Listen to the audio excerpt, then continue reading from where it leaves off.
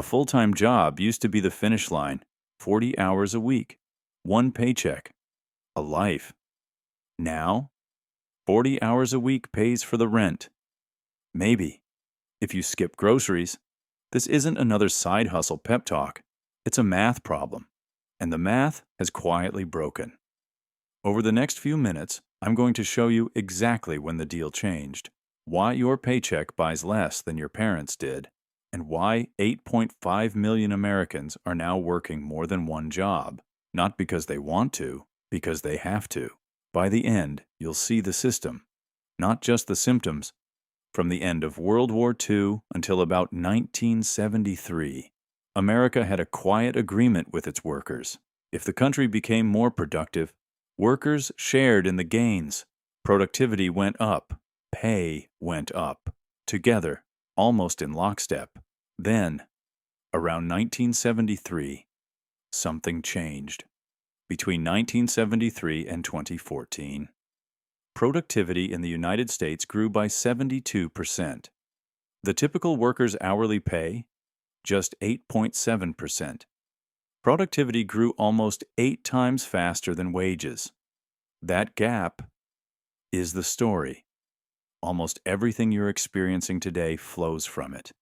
Here's the part most people never hear. The average American paycheck today buys roughly the same amount of stuff it bought more than 40 years ago. That's not an opinion. It's what decades of inflation-adjusted wage data show, and while average workers barely moved, higher income earners pulled away.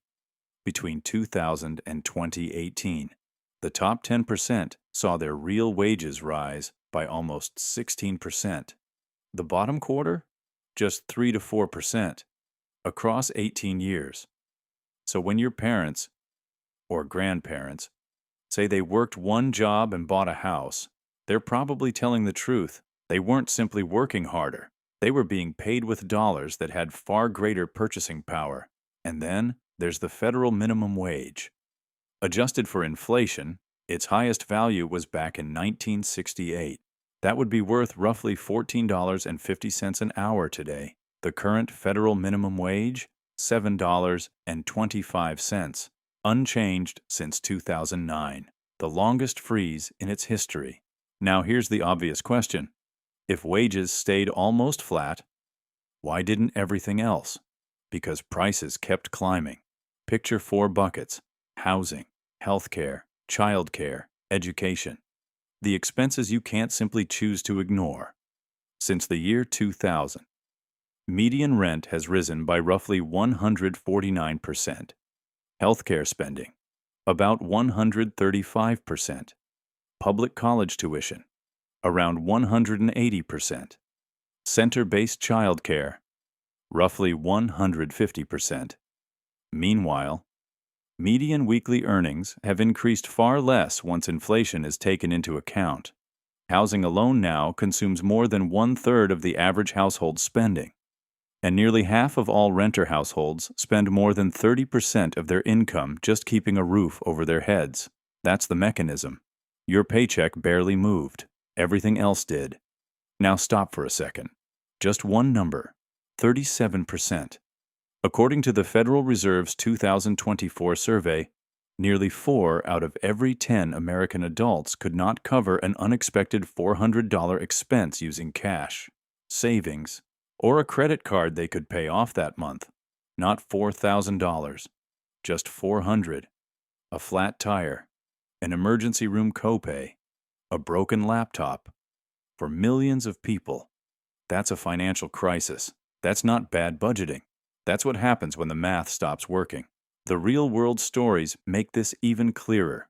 The Associated Press profiled a hospital switchboard operator in Boston.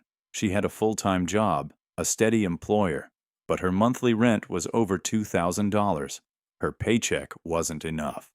Reuters found that during the pandemic, many workers at America's largest fast food chains earned so little that they relied on food assistance to feed their families while working for some of the most profitable companies in the world. So people do the obvious thing. They take another job. As of May 2026, Around 8.5 million Americans are working more than one job. That's roughly 1 in 20 employed workers. The most common combination? A full-time job plus a part-time second job. And here's the part social media rarely talks about. Nearly 2/3 of multiple job holders say they're doing it for one reason: money. Not passion, not entrepreneurship, not chasing dreams, just trying to pay the bills. Census data even shows that people working multiple jobs are often more likely to hold a bachelor's degree than workers with only one job. This isn't about people lacking skills. It's about work that doesn't pay enough.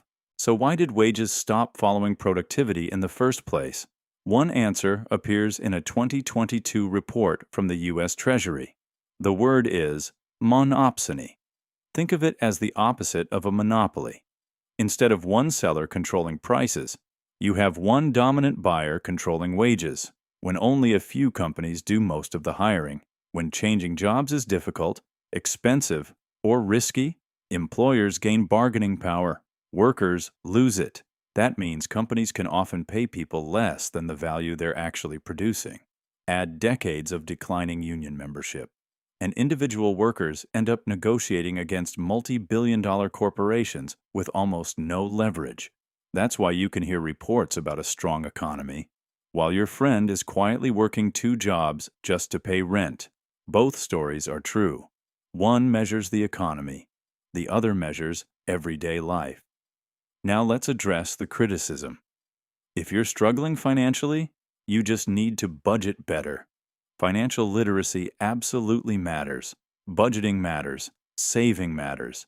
But no spreadsheet can erase a 40-year gap between wages and the cost of living. No budgeting app can cancel a 149% increase in rent. Even using the supplemental poverty measure, which includes taxes, medical costs, and work-related expenses, millions of Americans working full-time still fall below the poverty line.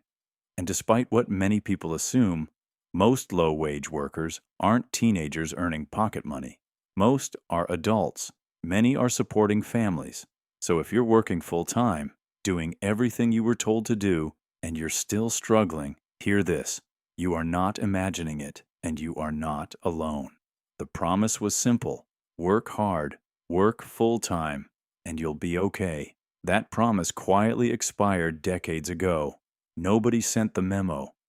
Here's the mindset shift. The old story said, if you're struggling, run faster, work longer, pick up another shift, skip your coffee, hustle harder. The new story is different. The track itself changed.